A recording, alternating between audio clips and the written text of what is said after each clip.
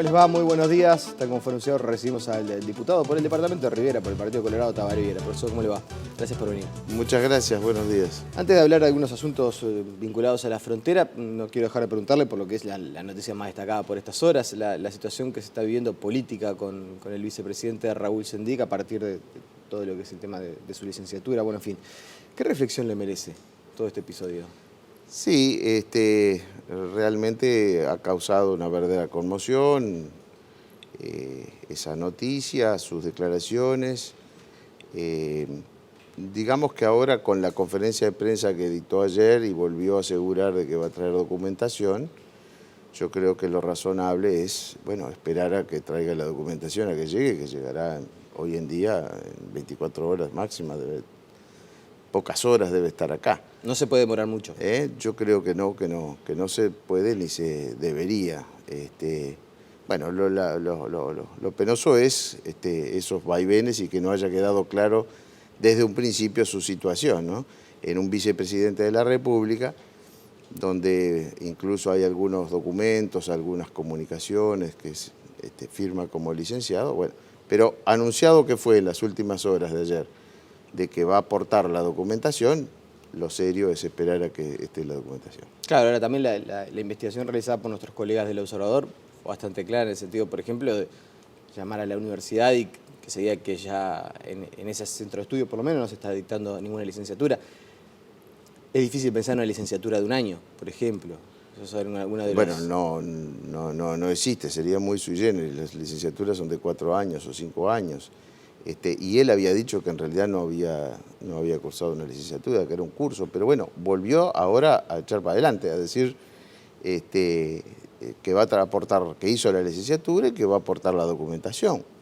Esperemos que sí, yo creo que no le hace bien a la figura del vicepresidente, sobre todo estos vaivenes, ¿no? Es un tema ético y es un tema de credibilidad. Claro.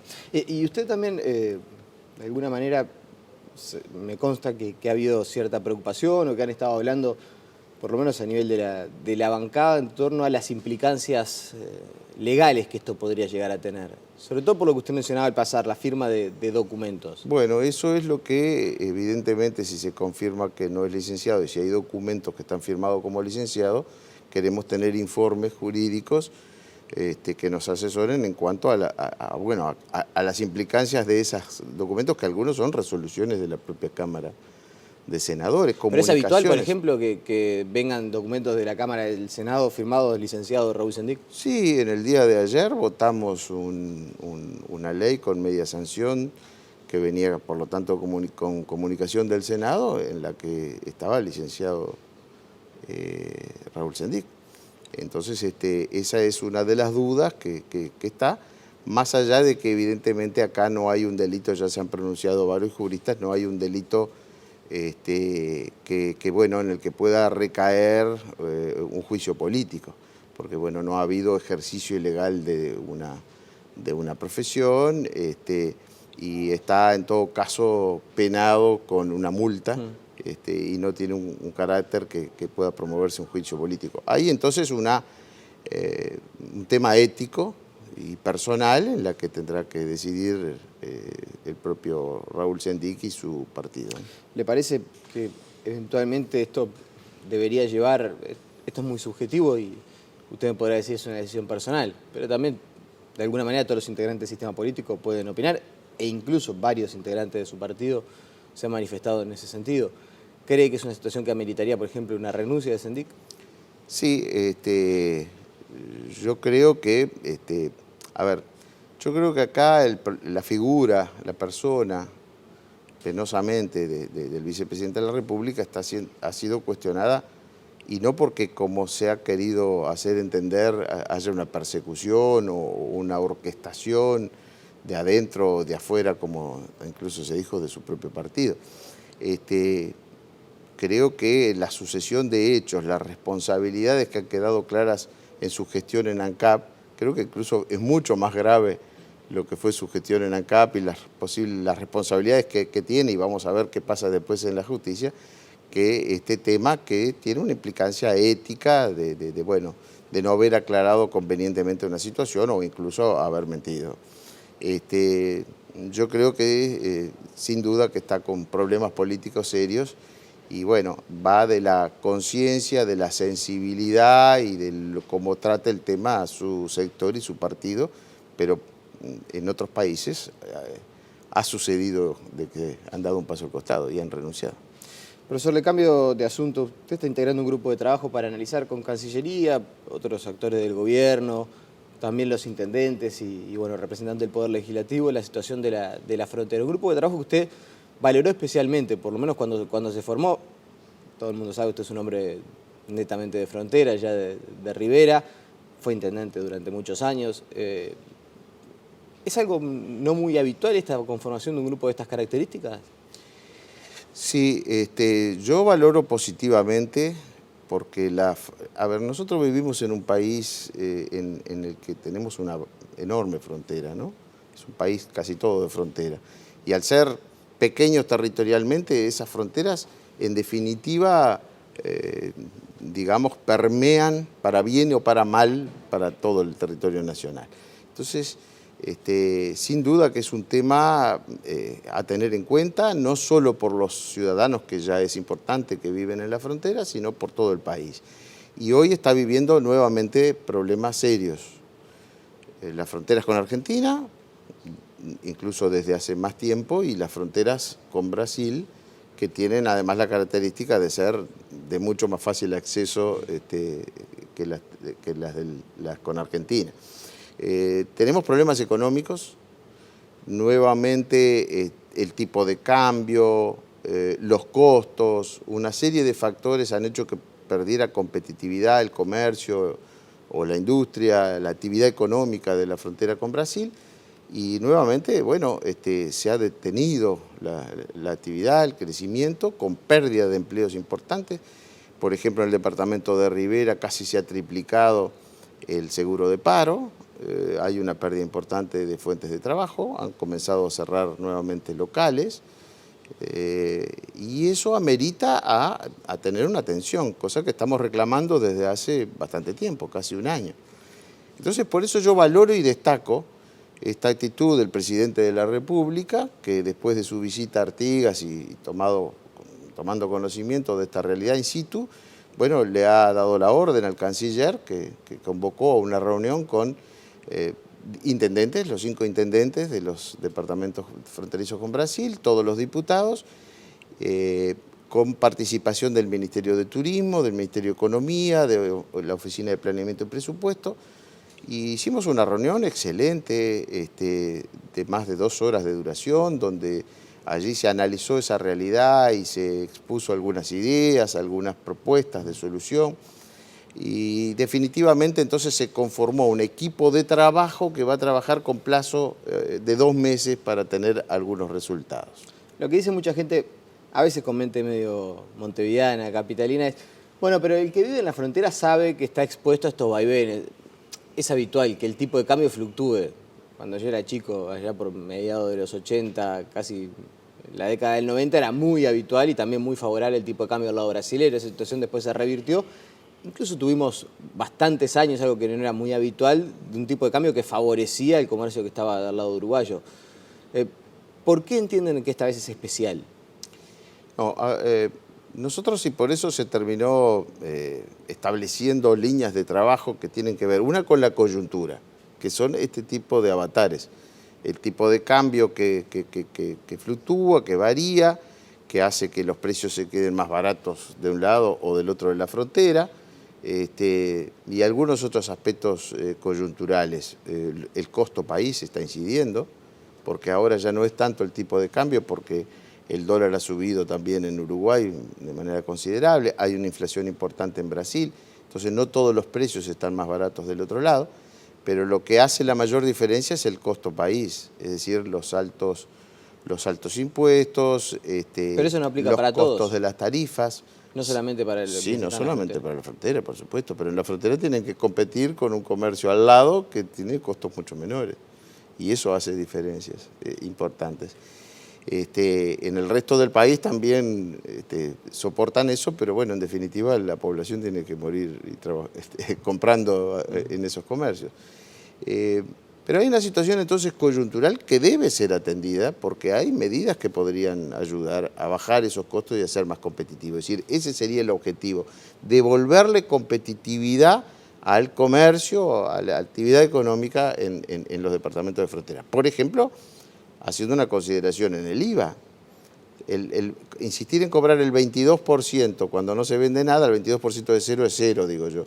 Si se cobra un poco menos, si se favorece a bajar los costos y los precios, por lo tanto, podría incluso el Estado recaudar más. Y después están todos los temas que no son los problemas coyunturales, son los temas estructurales, que hace mucho tiempo yo insisto en que la frontera debería tener un estatuto especial, tiene que ver con la seguridad, tiene que ver con las medidas sanitarias, las políticas sanitarias, medioambientales, culturales, educativas, hasta por defensa de nuestra propia soberanía, de ese territorio tan expuesto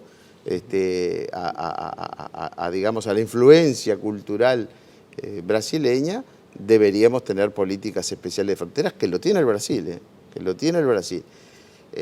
Por lo tanto, yo estoy muy esperanzado y me alegro y felicito, y cuando hay que decir que las cosas son buenas hay que decirlas.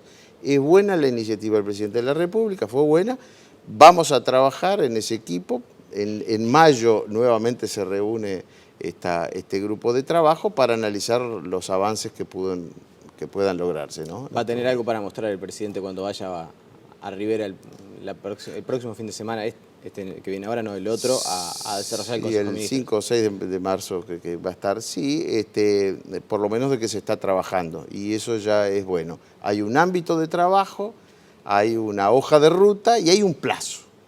El 5 de mayo, o más o menos los primeros días de mayo, se volverá a reunir este grupo y ya vamos a tener alguna respuesta de un grupo más reducido de trabajo que va a coordinar planeamiento y presupuesto, quien incluso adelantó que tienen modelos matemáticos para incluso ir aplicando distintas medidas y saber qué resultados pueden obtenerse positivos. Claro, por otro tema también, y eso se ha hablado mucho cuando se habló de la rebaja del IVA acá a nivel general en realidad, pero como se terminó instrumentando, por ejemplo, el tema de la tarjeta de débito, es que esa rebaja del IVA efectivamente se traslade a los costos de los productos, ¿no? Claro. Y en este caso es crucial eso, porque si hay que competir precio a precio, claro, con Brasil, la rebaja impositiva que eventualmente se pueda hacer tiene que trasladarse automáticamente a los... Claro, eso ha habido algunas experiencias de precios especiales de algunos productos, en su momento con las bebidas refrescantes, ahora con el combustible, en la que, bueno, pagando con tarjeta se asegura de que la rebaja va al cliente, ¿no? Y de esa forma hoy el combustible con tarjeta en la frontera está más barato que en Brasil, el combustible, la nafta, ¿no? Y eso, bueno, ha resuelto un problema serio, ha salvado un montón de puestos de trabajo, y creo que eso se puede aplicar de esa manera con algunos otros productos y de esa manera ir paliando lo que es la situación coyuntural, mientras trabajamos en los aspectos estructurales. Ya sobre el final, no quiero dejar de preguntarle, me quedan algunos minutos, ingresar un poco en la arena política. Vio que ya estamos en un año donde de a poquito se empiezan a ver las cartas, ¿no? Cada uno de los partidos políticos. Quizás en algunos lugares es más expuesto que en otros, pero ciertamente ya se empiezan a ver por lo menos las cartas de cómo se empiezan a perfilar algunas situaciones internas de cara a lo que será el periodo electoral dentro de algunos años. ¿Cómo ve al Partido Colorado en ese sentido? Porque el Partido Colorado está ante una encrucijada bastante particular, es decir, quien aparecía como el principal referente y uno podría decir favorito en la interna para ser nuevamente candidato, ha dicho y por lo menos sostiene por el momento que no lo va a hacer, y estamos hablando de Pedro Bordaberry. Entonces, en ese sentido, entre otras cosas, puede pensar en que por lo menos hay que construir una candidatura. Sí, yo creo que esté o no esté Bordaberry nuevamente como candidato, y yo espero que sí, que lo esté, porque acá aspiramos a que todos aporten dentro del partido, pero lo que hemos dicho, lo vuelvo a repetir, no es suficiente. Es decir, el Partido Colorado no puede repetir en la próxima elección la misma oferta electoral que en las dos elecciones anteriores. Es decir, con las candidaturas o precandidaturas de Pedro Bordaberry y de José Amorín. Necesita, es decir, es importante, es interesante, pero no es suficiente. Es por eso que estamos construyendo o intentando, proponiendo construir un nuevo espacio. En principio empezamos a construir espacio abierto, ahora estamos conversando con algunos otros dirigentes, con algunos otros sectores, y seguramente vamos a construir un paraguas más grande, ¿Con quién? con una agenda. Estamos conversando con distintos grupos vallistas, con el grupo liderado por el doctor Pasqué, con el grupo liderado por Ifrán y la diputada Rapela. Estamos conversando con distintos dirigentes, que no quiere decir que esté adelantando acuerdos, pero sí estamos conversando con el diputado Amado. Probablemente entonces un grupo con sectores ya existentes en el partido, pero también con mucha gente nueva, hay mucha gente joven, hay mucha gente, grupos nuevos en el interior, un espacio abierto que le demos al partido una posibilidad y un espacio donde nueva gente y nuevos dirigentes y nuevos candidatos por fin puedan emerger, tanto en el plano nacional como departamental. Pero acá lo importante es ver, yo digo, más que el abanderado, la bandera. El Partido Colorado y el vallismo, con tanta experiencia, con tantos años de trabajo y de concreciones, y de poner esta impronta uruguaya, porque yo creo que el vallismo impregnó al Uruguay y a los uruguayos de una manera bastante indeleble, tanto que está, y lo reclaman incluso algunos sectores de otros partidos.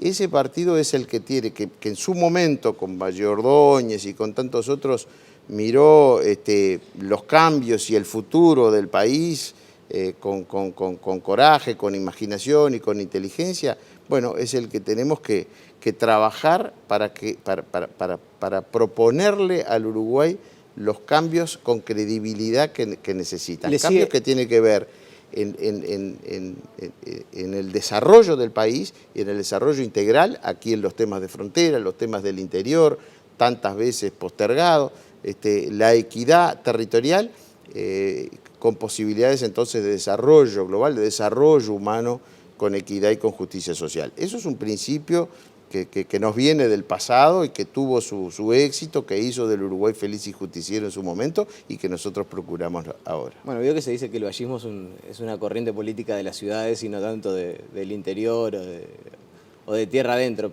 Pero más allá de esa cuestión, ¿le cuesta, cree que todavía le cuesta a la población identificar al Partido Colorado con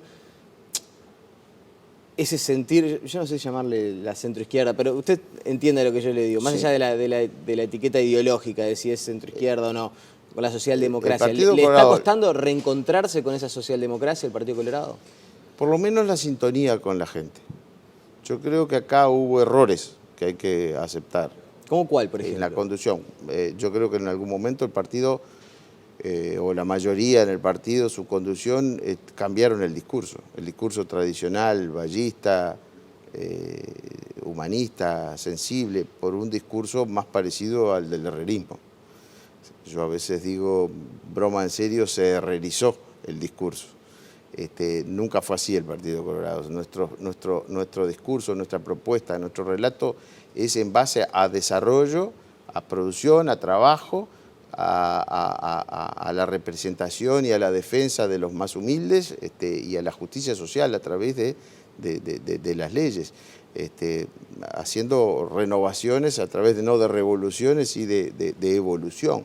Y eso es lo que siempre fue el Partido Colorado. En el momento en que lo abandonó, perdió su andarivel y otros ocuparon ese lugar. Pero claramente en los últimos años hemos trabajado en políticas de ese tipo, que son las que estamos planteando.